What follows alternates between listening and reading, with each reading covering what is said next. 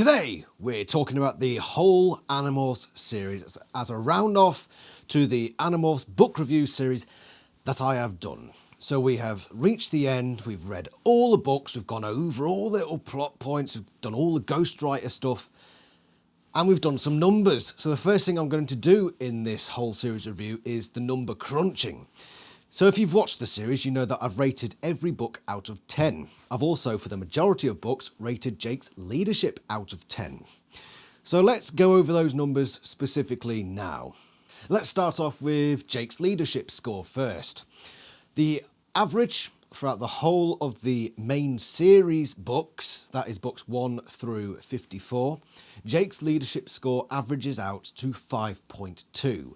A little lower than average if we're talking in terms of football player ratings, which is what comes into my head when it's 1 to 10. 6 is usually your average. 5.2 for Jake is a little bit below average.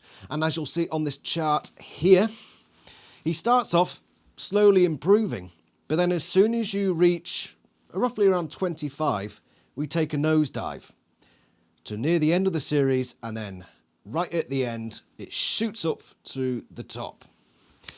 Now, you'll notice that the dip begins around the same time that the ghostwriters got involved with the books. And I don't think that this is a coincidence. And for context as to why I say that, let's look at the book scores line of best fit throughout this series. So, talk about that, the average score for the whole series is 7.3. 7.4 if you include the extra books like the Megamorphs and the Chronicles, so not that much difference.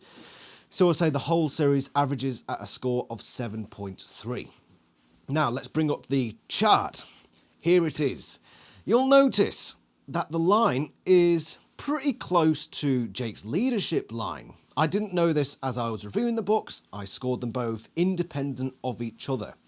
But as we look at this graph, you'll see that unlike Jake, it doesn't slowly increase at the very start. It slowly decreases, but I wouldn't say significantly so. But then as soon as we get to the ghost-written books, there's that nosedive. We go down, and then right at the end, it shoots back up again, which is very close to Jake's leadership score. Are they connected? It's very hard to say at this point, but there seems to be something there. The reason I think that this might be the case is because when the ghostwriters come along, there's, as you can see from that graph, with all the separate points, there is a lot of inconsistency in the ghost-written era of the Animorphs series.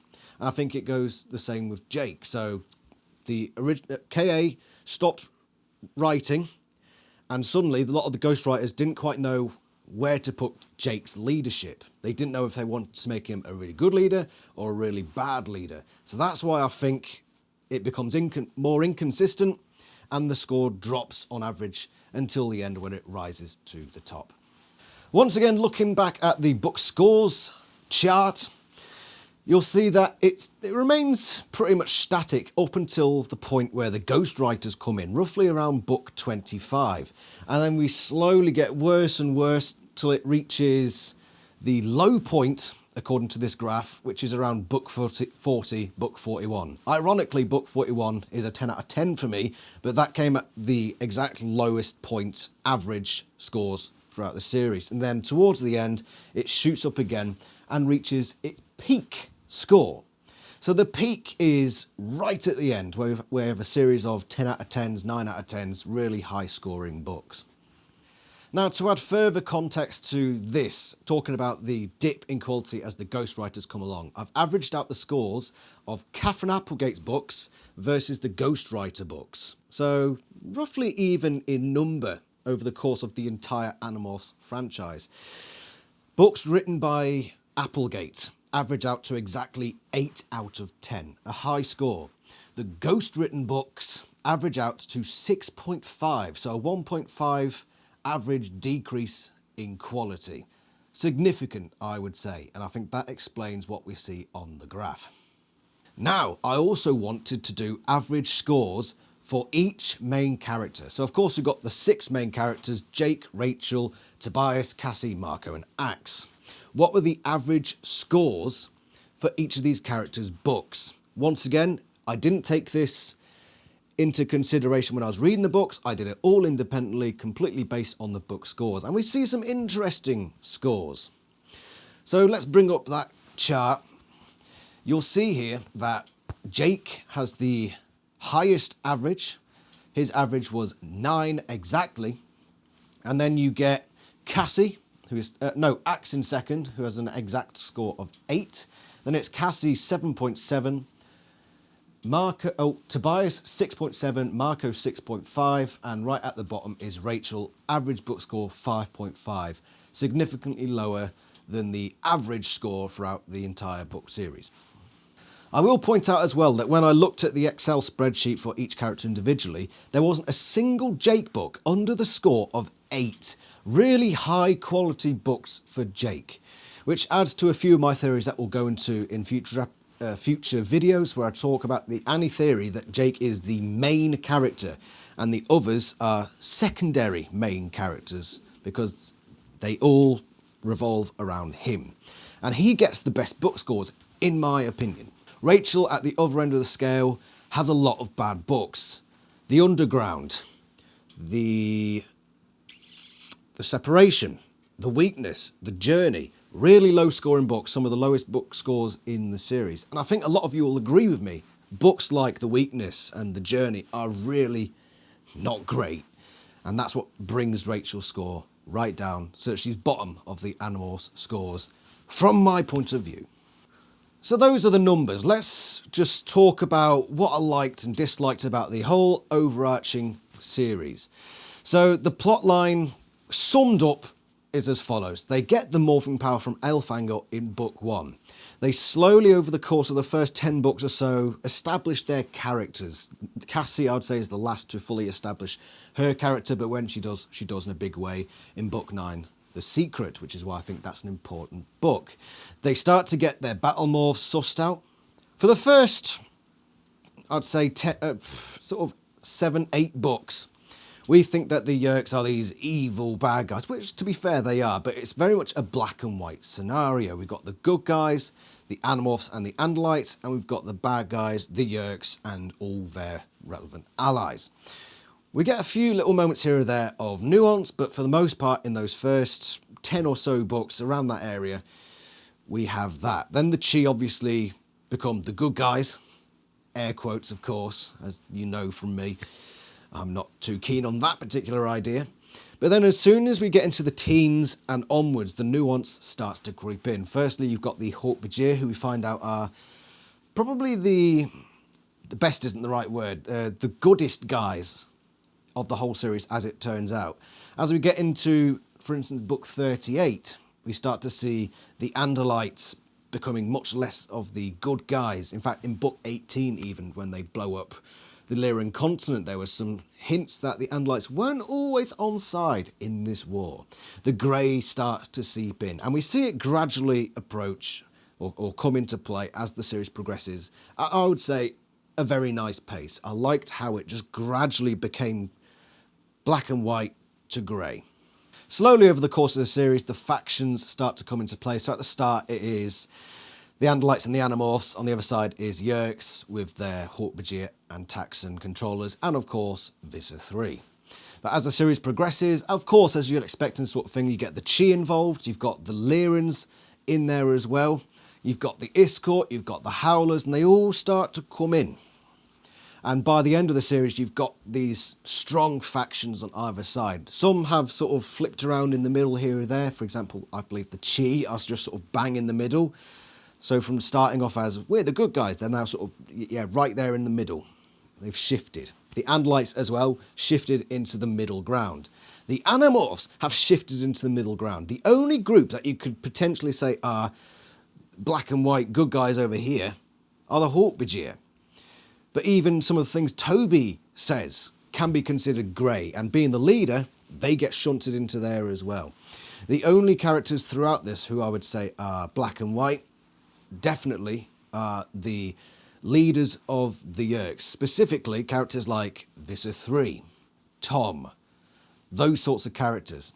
And one of the things that I disliked about this series, not exactly disliked, but I would have preferred to see it a different way, the main villains are very black and white. Well, black. They aren't the white side of it. They're very evil, okay? Visser 3 gets very few, if any, redeeming moments. The only way it comes close is in the Hawk-Bajir Chronicles, where he expresses a desire to research, which is a good trait, I think you'll all agree. Well, sort of a neutral trait, but it shows that he's not just a complete psychopath. But of course, then he becomes that complete psychopath, obviously somewhere down the line, and we see him as this pure evil, mustache-twirling villain, and I would have liked to have seen more redeeming qualities. For the most part, the characters in this series are really good. Even Visser 3, you can have a laugh at him. I wouldn't say he's necessarily a bad character. He has his bad moments, but I wouldn't say he's a bad character. The only character that jumps out of my head as a bad character is Taylor, Sub-Visser 70-something. The only character in this series who I look at and say, I think that was a bad character. They didn't do very well with the character of Taylor. Apart from that, the characters are standout. And that is the saving thing for the entire series, because the plot lines in this series are very inconsistent. Some of them aren't handled too well. The technology, like the alien technology in Zero Space, the Esquivel device, sometimes is mishandled. But the big saving grace for this series is the characters. That is what's most endearing, specifically the main six, but also extending into the secondary and tertiary characters. You really get the emotions across, whether it be by Applegate herself or the ghostwriters. They always manage to bring those characters out of the page and as if they're standing there in front of you. That is a real person. And the character arcs, I think, for the most part, were good. We will go into the character arcs individually in Animorphs analysis videos down the line. I thought the stakes were raised really well.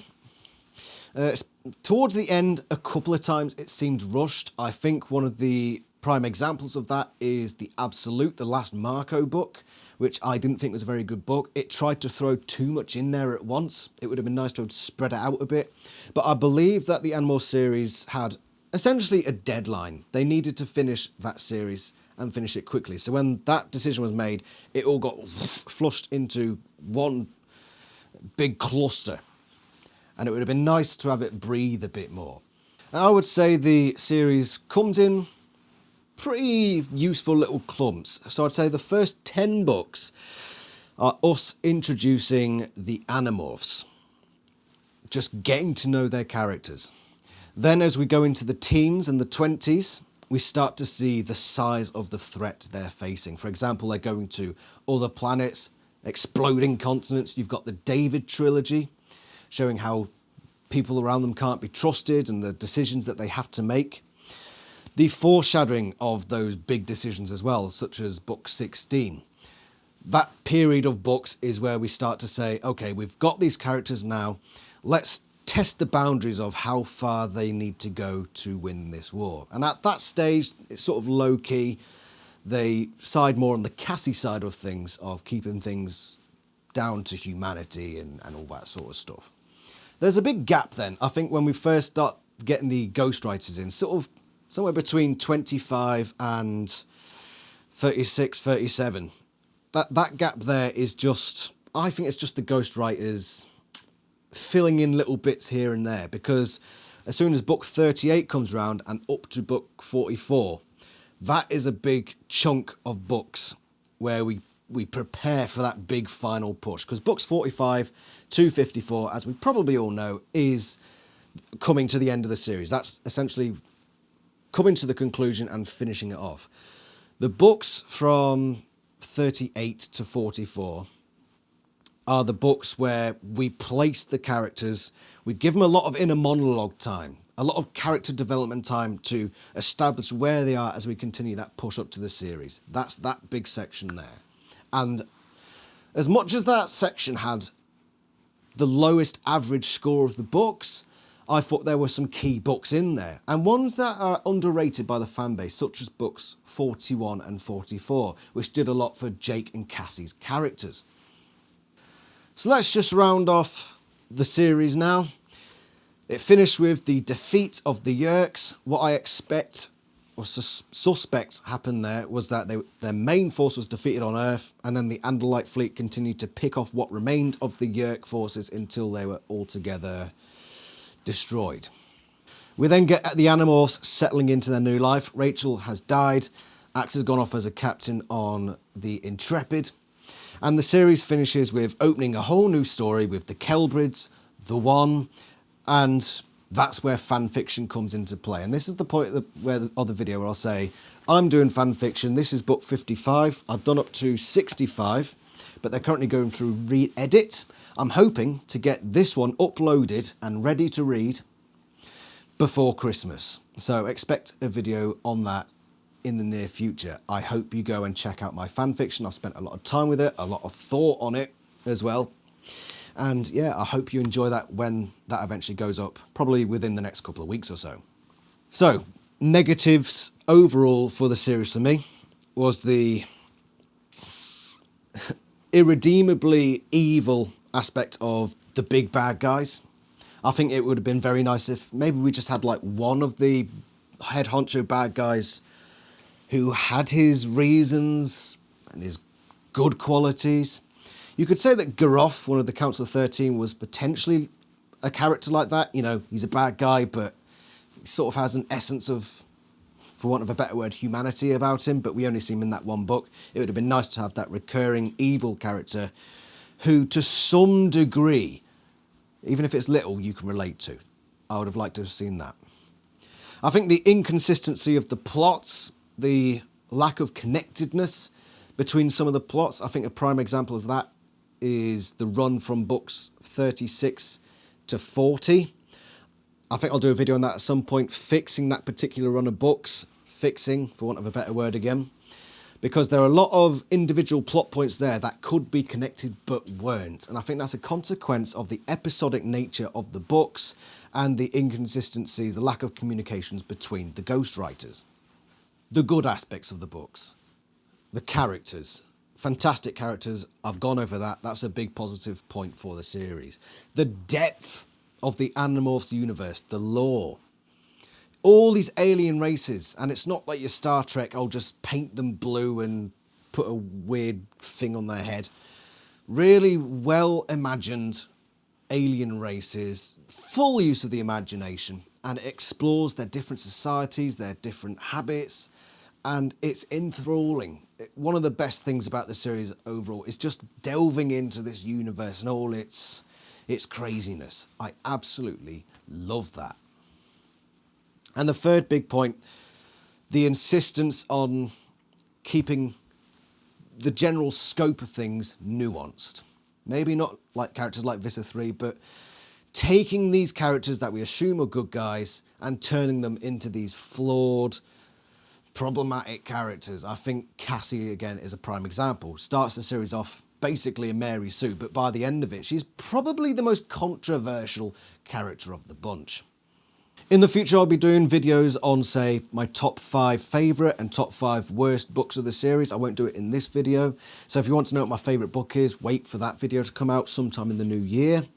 Top 5 characters, top 5 worst characters, all of that will be coming in the near future. But this has been a general series overview. I think I've talked enough, and it's been a wonderful journey, absolutely wonderful journey.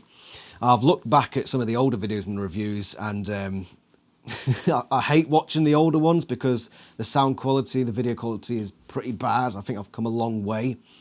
I think having a job in this area helps. So yeah, I hope you've enjoyed the journey.